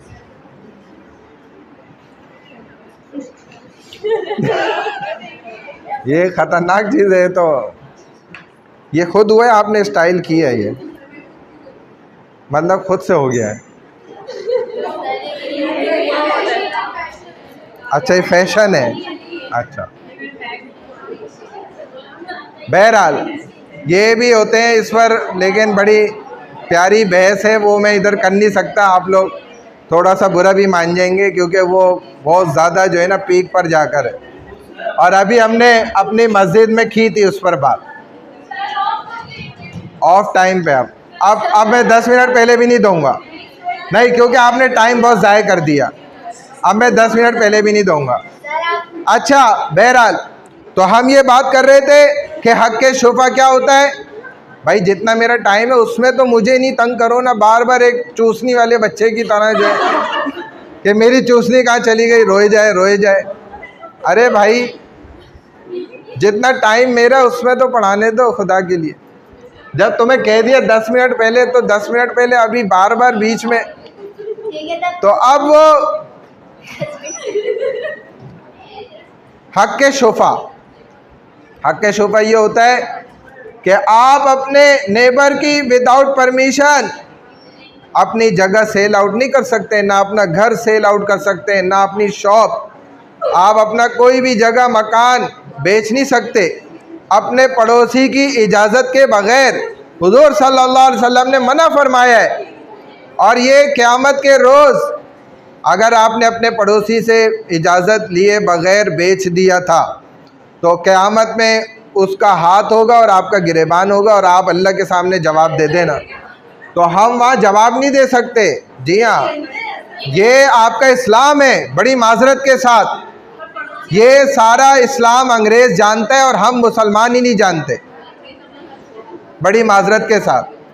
भाई खामोश, बात नहीं करें, खामोश हो जाए। तो हम मुसलमानों को अपने इस्लाम की इन मसाइल की नॉलेज होना ज़रूरी है। ताकि हम इस तरीके के गुनाह में ना मुलव्विस हो जाए। ये हक़ के शुफा, आपके पड़ोसी का हक़ आप पर इस कदर है, आप उसको बताएंगे भाई मैं अपना घर सेल आउट कर रहा हूँ, इसकी कीमत 50 लाख है मिसाल के तौर पे, फॉर एग्ज़ाम्पल। अगर आपको ख़रीदना है तो आप पहले ख़रीद लें। वो कहते हैं जी हाँ मेरे पास 50 लाख है, 50 लाख कीमत है ना, मैं ख़रीद लेता हूँ, मुझे चाहिए भी, मुझे ज़रूरत। जी नहीं, यही चीज़ है। तो वही आपका घर ख़रीदेगा। आप दुकान सेल आउट कर रहे हैं, पहले पड़ोसी से पूछेंगे। और मैं आपको बता दूं ये पाकिस्तान का कानून भी है, ये पाकिस्तान के लॉ एंड कॉन्स्टिट्यूशन के अंदर भी ये बात है, और इस पर वो कानूनन केस भी दायर कर सकते हैं अगला फ़र्द, और इस सौदे को रिवर्स भी कराया कि हुकूमत अगर सही फ़ैसला दे दे तो वो इसको सेल कराएगी। फिर अगर ये कहते हैं मैं 50 लाख की दुकान बेच रहा हूँ, तो पड़ोसी कहता है हाँ भाई मैं ख़रीद लेता हूँ, मुझसे एग्रीमेंट कर ले, मैं ख़रीद। तो इसका पहला हक़ यही है कि यही ख़रीद ले। लेकिन अगर ये कहता है भाई मैं तो नहीं ख़रीद सकता, मेरे पास इतने पैसे नहीं है, आप किसी भले बंदे को बेच दें, तो ये बात इसकी मानना भी ज़रूरी है। ऐसा नहीं है कि आपने किसी गैर मुस्लिम को बेच दिया क्योंकि वो इससे परेशान होगा। भाई बातें नहीं करो तुम लोग, क्या छोटे बच्चों की तरह। तो ये हक़ शुफा ज़रूरी है।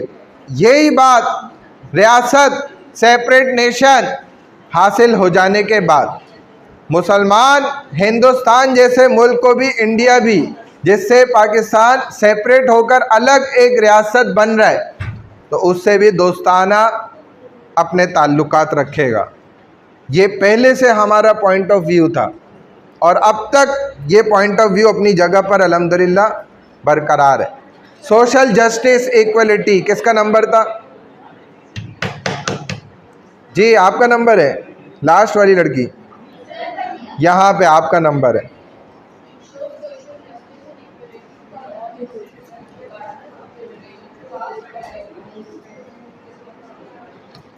क्या समझ आया? नेक्स्ट लड़की बताओ भाई।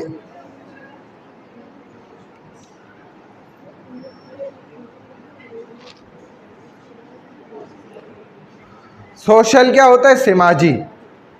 जस्टिस आप जानते हैं इंसाफ, इक्वलिटी बराबरी, यानी कि समाजी बराबरी हमारे मुल्क के अंदर रखी जाएगी। चाहे कोई किसी भी मज़हब से ताल्लुक़ रखने वाला है, किसी भी उठने बैठने या सकाफ़त तमद्दुन से उसका ताल्लुक़ है, लेकिन हर एक के लिए बराबर हुकूक यहाँ पर रखे जाएंगे, बराबर हुकूक होंगे।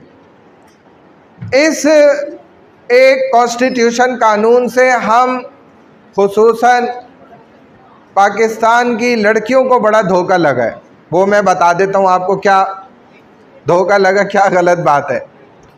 वो ये है कि हमारे यहाँ नौजवान खुसूसन लड़कियाँ ये समझती हैं कि मर्द औरत इन दोनों के बराबर हुकूक है, इक्वलिटी है। बाज़ों के जहन में ये बात है, इसलिए मैं क्लियर कर रहा हूँ। तो मर्द के और औरत के हुकूक, राइट्स इक्वल नहीं है, ये आप अपने जहन में क्लियर कर लें पॉइंट। बल्कि हैरत की बात यह है कि अल्लाह ने औरत को ज़्यादा हुकूक अता किए हैं और मर्द के हुकूक कम है। बात समझ रहे? और प्रोटेक्शन वाइज अल्लाह ने दर्जा मर्द का ज़्यादा रखा है, औरत का मर्द के मुकाबले में कम रखा है। और इसका फ़ैसला ख़ुद कुरान ने किया हुआ है। कुरान क्या कहता है? अर्रिजालु क़व्वामून अलन निसा, मर्द जो हैं ये औरतों पर बरतरी और फजीलत अफजलियत रखते हैं, और इसकी वजह से ही औरत को क्या है? ज़्यादा राइट्स मिलते हैं। अगर आप इक्वलिटी की बात करेंगे तो ख़ातून के अपने राइट्स खुद कम हो जाएंगे, और वो औरत बेवकूफ़ ही होगी जो अपने हुकूक कम कराने के लिए पीछे पड़ जाए, और वो औरत भी बेवकूफ़ होगी जो ये कहेगे कि इस्लाम ने हमें हमारे हुकूक नहीं दिए, क्योंकि असल हुकूक की बात तो सबसे पहले दुनिया में की ही इस्लाम ने। हुज़ूर अलैहिस्सलाम के ज़माने में जो हालात बना दिए गए थे ना आपसे पहले, आपकी बेइज्जत होने से पहले वो हालात बड़े ख़तरनाक थे। हुज़ूर अलैहिस्सलातु वस्सलाम ने इस्लाम की बरकत से ही औरत को जो हुकूक अता फरमाए ना, और सबसे पहले हुकूक की बात की है, वुमेन राइट्स की, वो इस्लाम ने बात करी। लेकिन फिर भी आज की औरत का ये दिमाग बनाने की कोशिश की जाती है कि भाई तुम्हारे हुकूक देखो तुम्हें नहीं दिए जा रहे, तुम्हारे राइट्स तुम्हें नहीं दिए जा रहे, हालांकि गलत सोच है। तो ये अपना जहन बिल्कुल आप साफ़ सुथरा रखें कि असल आपको तो राइट्स दिए इस्लाम ने, लोग नहीं दे रहे। कौन नहीं दे रहा तुम्हारा हक? भाई तुम आप मेंशन करोगी तो पता चलेगा ना कि कौन सा हक आपको नहीं मिल रहा। बेसिक जॉब अपॉर्चुनिटीज देते हैं, एज कंपेयर टू मैन, औरतों की सैलरी हमेशा कम होती है, हालांकि वो ज़्यादा देते हैं मैन और खवातीन की सैलरी कम है। अच्छा सुनने दो ना, रुक जाओ।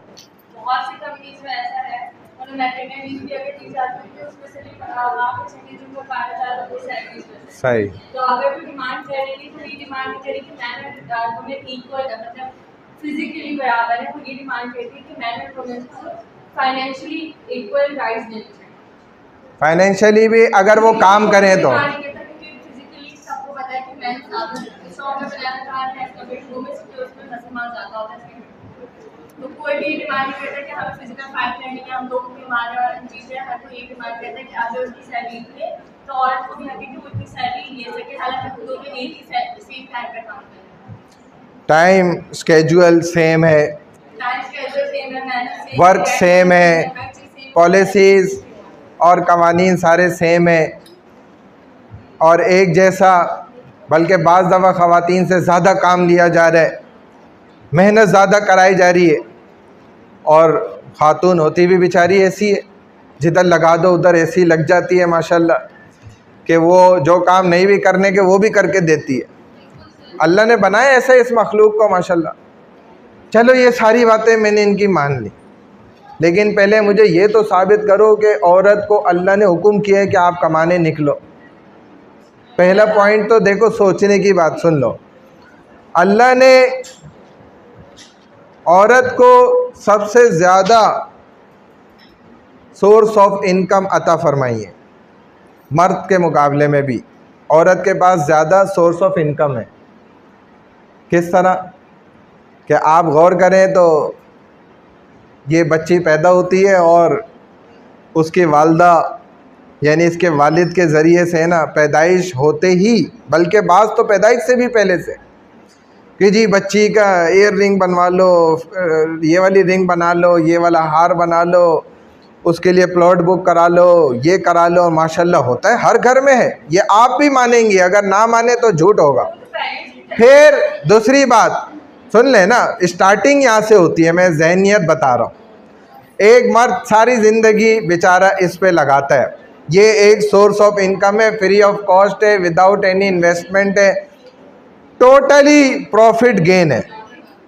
ये ऐसा कारोबार है, इसमें मुकम्मल आपका नफ़ा ही नफ़ा है, कोई 1 रुपये का नुकसान नहीं है। इधर सुन लो भाई, खामोश हो जाओ, आपकी बात इतनी इम्पोर्टेंट नहीं है, बाद में करना।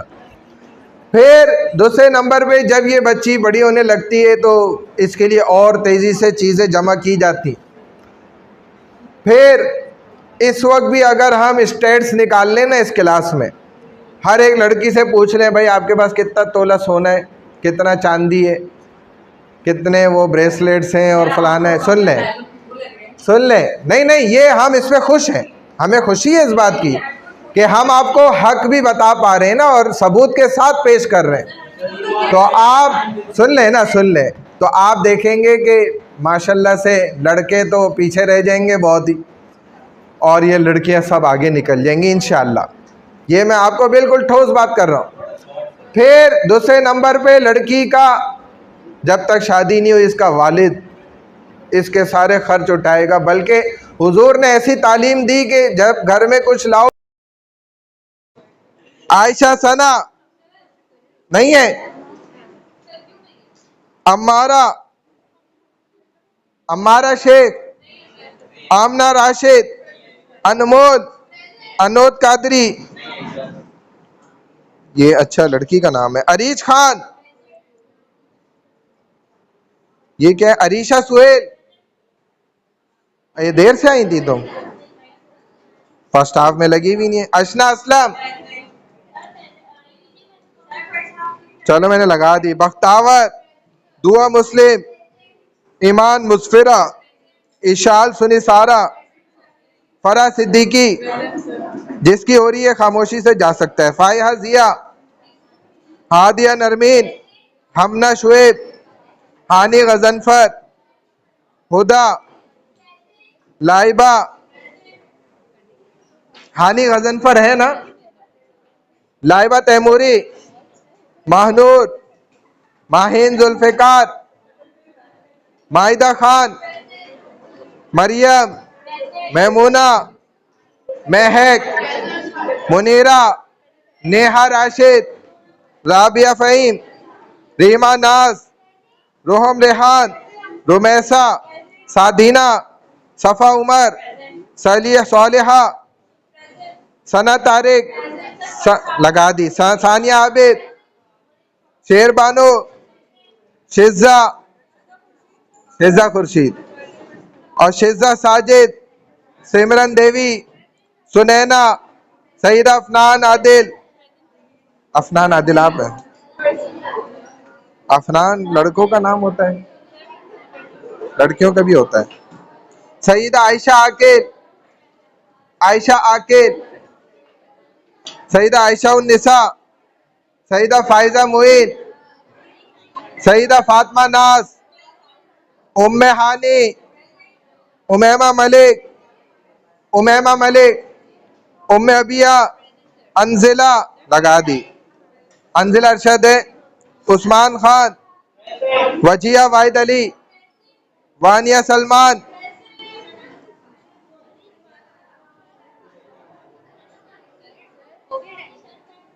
सर मेरा नाम नहीं आ रहा अटेंडेंस में, मैंने यूपी वालों से भी बोला है। क्या नाम है? महारूफ। और सर मेरी पिछली एक भी क्लास की अटेंडेंस नहीं लगी हुई, सबकी एब्सेंस लगी हुई। और जब मैंने सारी क्लास ली ऑनलाइन में भी मैंने आपको नाम लिखवाया था, मेरा नाम नहीं आया। मैंने आपका नाम लिख दिया तो वहाँ गई ODP में वो क्या कह रहे हैं? जी उन्होंने कहा कि वो क्या कहते हैं कल नाम नहीं आ